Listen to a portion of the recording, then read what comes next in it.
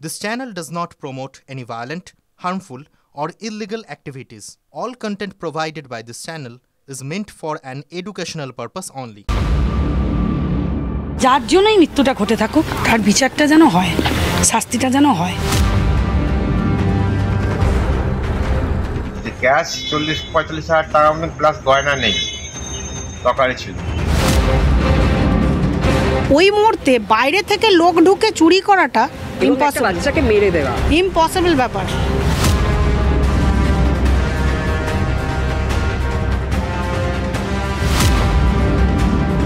ভুল আমার যে আমি গায়ে হাত দিয়ে দেখিনি, এটা আমার ভুল। একটা মা বাচ্চাটাকে রেখে গেল কি করে? ওর মা তাহলে কিরম ভাবে বাড়ি থেকে কি হুঁশে বেরিয়েছিল যে আমি গেট দিয়েছি কি জিনিস, সেটা আমার হুঁশ নেই।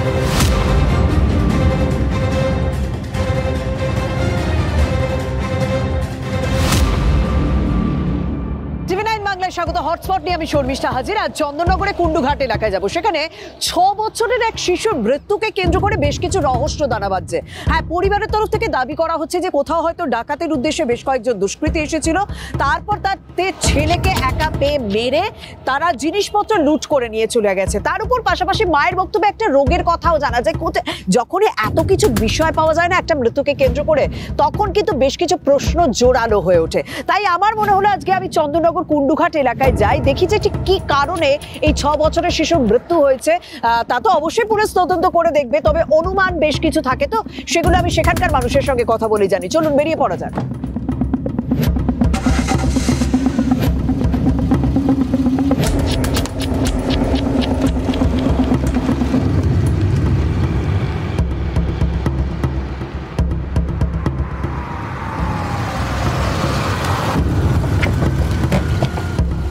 চন্দননগরে কুন্ডুঘাট এলাকায় পৌঁছে গিয়েছি, যেখানেই 6 বছরের শিশুর অস্বাভাবিক মৃত্যুর ঘটনা ঘটেছে। আমি সামনে দেখতে পাচ্ছি পুলিশ এখনো পর্যন্ত মোতায়েন রয়েছে। পুলিশের নিরাপত্তা ব্যবস্থা এখানে জোরদার করা হয়েছে। প্রচুর মানুষ সেখানে রয়েছেন। গিয়ে সেখান থেকেই আসল প্রশ্নের উত্তর খোঁজার চেষ্টা করি। চলুন।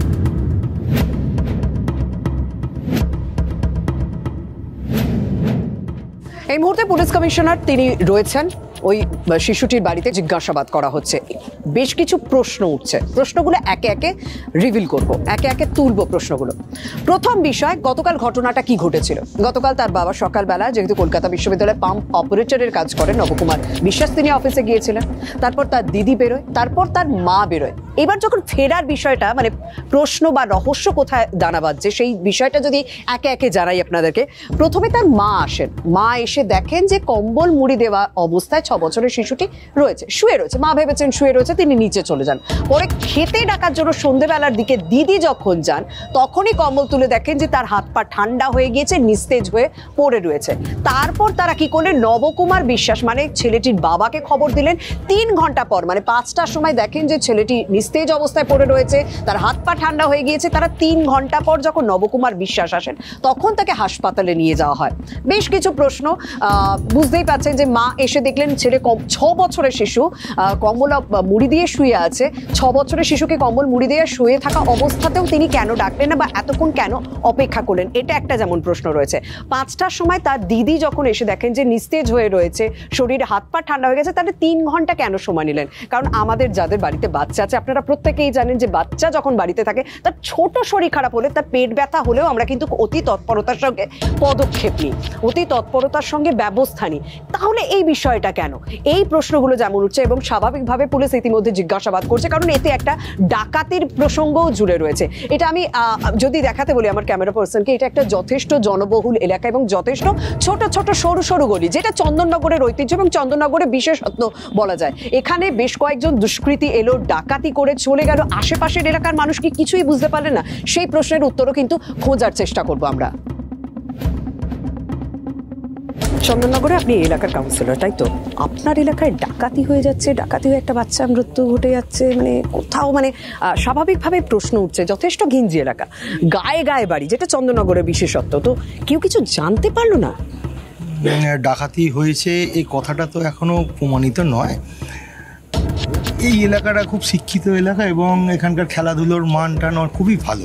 এবং আপনি যে কথাটা বললেন যে এলাকাটা খুব ঘিঞ্জি এলাকা, দেখছেন ন্যারো রাস্তা, এখানে ডাকাতির এরকম কোনো ব্যাপার নেই। এটা তাদের বাড়ির লোকের হয়তো মনে হয়েছে, তাই জন্য এই কথা। একদম, তার একটা বলছে যে সোনার গয়না লুট গেছে, 40,000 টাকা লুট গেছে, কিন্তু এই নবকুমার বিশ্বাস এবং তার পারিবারিক অবস্থাটা, মানে সেটা যদি একটুখানি আপনি কাউন্সিলর হিসেবে দীর্ঘদিন ধরে দেখছেন, কারণ বাড়ি দেখেই মনে হলো যে তারা দীর্ঘদিনের বাসিন্দা, মানে কিরকম পরিবারটা? দেখুন, ছোট হ্যাপি পরিবার, একটি বাচ্চা ছেলে ছিল যে মৃত, একটি বাচ্চা মেয়ে আছে, ওয়াইফ এবং স্বামী সরকারি চাকরি করে। একদম একদম, আমি পাড়া প্রতিবেশীদের সঙ্গেও কথা বলার চেষ্টা করব, কারণ স্বাভাবিকভাবে দুটো বিষয় ইনভলভ আছে। একটা বাচ্চা ছেলের মৃত্যু, কারণ এলাকার মানুষ তাকেই খেলতে দেখতো, এখানে চলাফেরা করতে দেখতো, আজ সে মৃত, এবং সেখানে একটা ডাকাতির তত্ত্ব দেওয়া হচ্ছে। সেই তত্ত্বটা কতটা জোরালো এলাকার মানুষের কাছ থেকে প্রশ্ন করে উত্তর খোঁজার চেষ্টা করব। আপনারা কি সবাই এখানেই থাকেন, এখানকারই বাসিন্দা? বাচ্চাটাকে দেখেছেন? আপনার বাড়ির সামনের বাড়ি। আমি একটুখানি কথা বলার চেষ্টা করব। কোনো কিছু কোনোদিনও আজ করতে পেরেছিলেন? কোনো অশান্তি, কোনো রকম সমস্যা? না না না না, কোনো সমস্যা? আমরা সেসব, কারণ আমাদের সাথে মানে সেইভাবে না কোনো যোগাযোগ ছিল না, বা বাচ্চাটা কোনো সময় বেরোতে দিত না। আচ্ছা, বাইরে বেরোতো না? না। বাচ্চাটা কি অসুস্থ ছিল? এমনি বেরোতো, স্কুল যেত, বাবা মায়ের সাথে বেরোতো। আশেপাশে অনেক বাচ্চা যখন পাড়ায় থাকে, ছোট ছোট বন্ধু থাকে, হ্যাঁ। সেরকম বন্ধু বান্ধব ছিল? না না না। আচ্ছা, কোনোদিনও কোনো অসুস্থতার খবর পেয়েছিলেন? কারণ মায়ের একটা বক্তব্যে পাওয়া গেছে যে বাচ্চাটার কি হঠাৎ থমকে যেত। না না না, সেরকম কিছু? যে যখন থেকে আমরা সকাল থেকে খবরটা দেখছি, তখন থেকে একটা প্রশ্ন উঠছে, এবং প্রত্যেকেই ভাবছে যে অন্দরনগরের মতো জায়গায় ডাকাতির জেরে এবং এরকম। না, কালকে যখন ঘটনাটা হয়েছে সেই মুহূর্তে আমাদের এখানে একজন মারা গেছিলেন, তার আঁশপান্নার কাজ চলছিল, ঠিক আছে? তো যে টাইমটা, এক্সাক্ট যে টাইমটা ওনারা বলছেন, সেই টাইমটা এখানে গলি ভর্তি লোক ছিল। এক্সাক্ট টাইমটা এনারা কটা বলছেন? এনারা 1:30 পৌনে 2 নাগাদ, দুপুরবেলার দিকটা। রীতিমতো আমরাও তখন বাইরে ছিলাম, বুঝতে পারলেন? মানে ওই মুহূর্তে বাইরে থেকে লোক ঢুকে চুরি করাটা এবং একটা বাচ্চাকে মেরে দেওয়া ইম্পসিবল ব্যাপার, আমরা মানতেই পারছি না এটা। এই যে ডাকাতির কথাটা কাল রাতে কিন্তু কোনোভাবেই জানা যায়নি। এটা ঠিক কটার সময়? আজকে সকালবেলা থেকে শুরু হয়েছে। ওর বাবার বক্তব্যই তো আমি পেলাম, যে আমরা হঠাৎ করে লক্ষ্য করে যে আলমারি তালা খোলা, 40-45 হাজার টাকা উধাও, গয়না কিছু উধাও। এটা আজকে সকালের নিউজ, আজকে সকাল থেকে বিষয়টা। কালকে কিছু হয়। আপনারা সব এলাকার মানুষ, মানে এই নবকুমার বিশ্বাস, তনুশ্রী বিশ্বাস, মানে ছেলেটির বাবা, মানে ওনাদেরকে কিভাবে দেখেছেন, কিরকম দেখেছেন মানুষ হিসাবে? আমরা আমাদের এই পাড়াতেই থাকে, হ্যাঁ। আর আমি যেটা অস্বাভাবিকতা, আমরা যখন গেলাম, ওর মা বলছে যে ওর মা যখন বাড়ি থেকে বেরিয়েছে তখন নাকি ওর মা কোনো খেয়াল ছিল না যে গেটটা দিয়ে গেছে কি যায়নি। হ্যাঁ, এবার আমি বলি কি, তুমি তো একটা বাচ্চা ছেলেকে রেখে যাচ্ছ অত দুরন্ত, আমি যখন বাড়ি থেকে বেরোবো নিরাপত্তার কারণে অন্তত গেটটা, আমার ছেলে কোথায় সেফটি, আমি গেটটা টেনে ভালো করে দিয়ে যাতে আমার ছেলে কোনো রকম ক্ষতি না হয় বা বেরিয়ে না যায়। ওর মা তাহলে কিরমভাবে বাড়ি থেকে কি হুঁশে বেরিয়েছিল যে আমি গেট দিয়েছি কি জিনিস, সেটা আমার হুঁশ নেই। পাড়ায় যখন কেউ মারা যায় আমরা প্রত্যেকেই যাই। অবশ্যই। আপনারা গিয়েছিলেন? হ্যাঁ, আমরা সবাই এখানে ছিলাম। ঘরে ঢুকেছিলেন? না, ঘরে ঢুকিনি। মানে আপনারা বাইরে থেকে? আমার বড় ননদ যেতে গেছিল, উনি মানে ওনার হাজবেন্ড দরজা বন্ধ করে দেয় মুখের ওপরে, ছেলেটার বাবা। এটা সন্ধ্যেবেলাকার ঘটনা।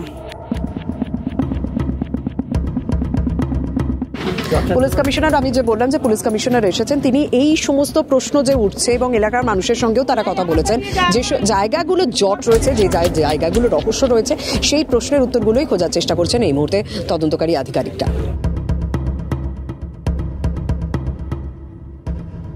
বাচ্চাটির মায়ের বক্তব্যে আরো একটা দিক পাওয়া গিয়েছে, সেটা হচ্ছে বাচ্চাটি নাকি মাঝে মাঝে থমকে যেত, মানে খেলতো, দিদির সঙ্গে খেলতো, পড়তে বসতো, হঠাৎ করে থমকে যেত। কিছুক্ষণ থমকে স্ট্যাচুর মতো দাঁড়িয়ে পড়লো। ধরো দিদি আর ভাই মারামারি করছে, তো হঠাৎ করে থমকে দাঁড়িয়ে পড়লো। ধরো আসছে, সোজা হাঁটতে হাঁটতে আসছে, হয়তো থমকে দাঁড়িয়ে পড়লো কিছুক্ষণ স্থির হয়ে, দিয়ে নাড়ি দিলে আবার ঠিক হয়ে যেত। হ্যাঁ, কিংবা কেউ না নাড়ালে ও অটোমেটিক আবার কিছুক্ষণ বাদে ঠিক হয়ে যেত। এরকম জিনিস একটা দেখা যাচ্ছিল।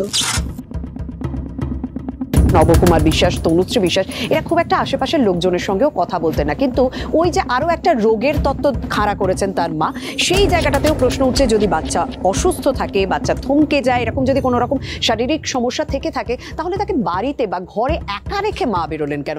এই প্রশ্নটাও তো তুলছেন এলাকার মানুষ।